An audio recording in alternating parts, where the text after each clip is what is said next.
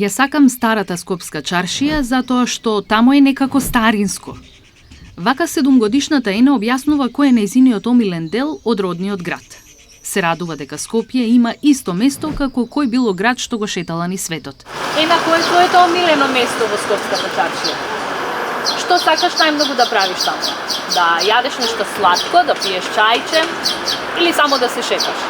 Само да се шетам. И да си купиш што? Папучки. Чорап. Но за нејзината мајка, професорката на архитектонски факултет Дивна Пенчич, старата Скопска чаршија е повеќе од папучки и чорапи. Повеќе од старинско, повеќе од калдрами и дуќани. Сите промени што и се случуваат на чаршијата ги доживува емотивно и како професионалец. Може да постои детален урбанистички план, меѓутоа тој е одамна изработен и не е во согласна со ГУП-от. И никогаш не е јасно по кој план тоа сега се даваат одобренија, ако се даваат одобренија за градење. Од друга страна, почнати се иницијативи за изработка на нови детални урбанистички планови. Еве во општина Центар стигна за еден од блоковите иницијатива.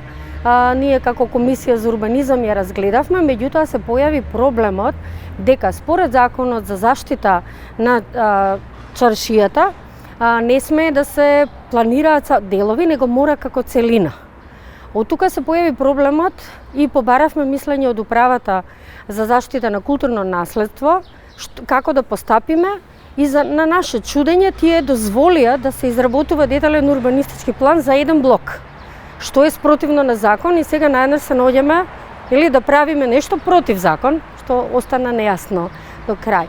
Не само одговорна, се чувствувам и растажена, вели активистката и експертка во Совет на Европа Даница Павловска. Таа вели дека состојбата со старата Скопска чаршија е критична. Според тој план и се спроведуваат некакви активности кои што ги одобрува општина Чаје и тоа е она најтажното, затоа што одговорниот субјект за чаршијата треба да знае дека таа е заштитена целина и не сме да се води по некакви надминати акти, документи и пред се без една стратешка цел да се очува, да и се обезбеди одржливост и да тие вредности кои што ги поседува се потврдат низ нејзиното живење. Ваква парадоксална ситуација е дојдена некако со останатите појави и, да кажеме, непријатни текови во општеството и во живењето на целиот град на Скопје, што заправо представува една состојба која трае. И како по непишано правило, секое место може да ја ужива својата убавина и својот мир, се додека не падне под политичката лупа. Ниту една историска вредност не може да се цени ако во неа мокиниците виделе собствен профит. Пенчич и Павловска согласни, чаршијата трпи политичко силување. Може би исто тоа прашање на политичко вмешување се појавува на самиот почеток кога чаршијата е одземена од ингеренции на општина Центар, или тука беше заради само докажување и само идентитет, да територијално поинаку се подели градот и сега наеднаш се гледа како одгризок во територијата на општина Центар, дека фали еден дел и тој е влезен во општина Чаир. Че вештачки се направени тие граници, тие не се просторни граници, него се политички.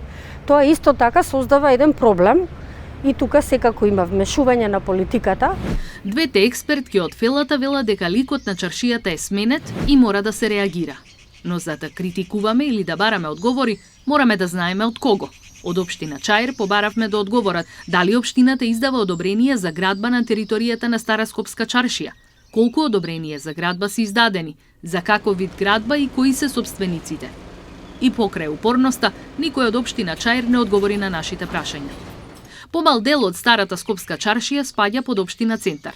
Оттаму велат, Одобрение за градба на територијата на Стара Скопска чаршија издава Министерството за транспорт и врски, затоа што се работи за градби од прва категорија што представуваат споменична целина и се прогласени за културно наследство од особено значење. Постои детален урбанистички план кој е на сила и се вика ДУП Стара чаршија.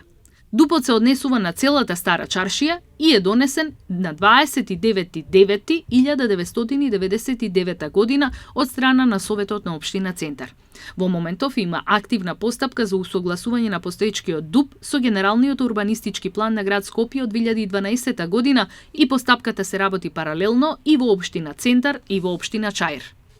Менување на ликот на дуќаните, промена на подните плочки, рушење на стари објекти, градење на стамбени згради се само дел од новините кои донесоа на чаршијата нов лик. Пенчич вели дека порано можело да се влезе од секаде на ова место. Сега има конфликти на патеките и тоа мора да се стави во ред. Тоа би бил едно управно тело кое што ќе се грижи нешто како куќен совет во куќата, кое што ќе се грижи за чаршијата како единство, како едно нешто, со заеднички интерес и со имидж кој што не смее да се нарушува. Европа и светот сакаат и нудат пари за да и се помогне на чаршијата.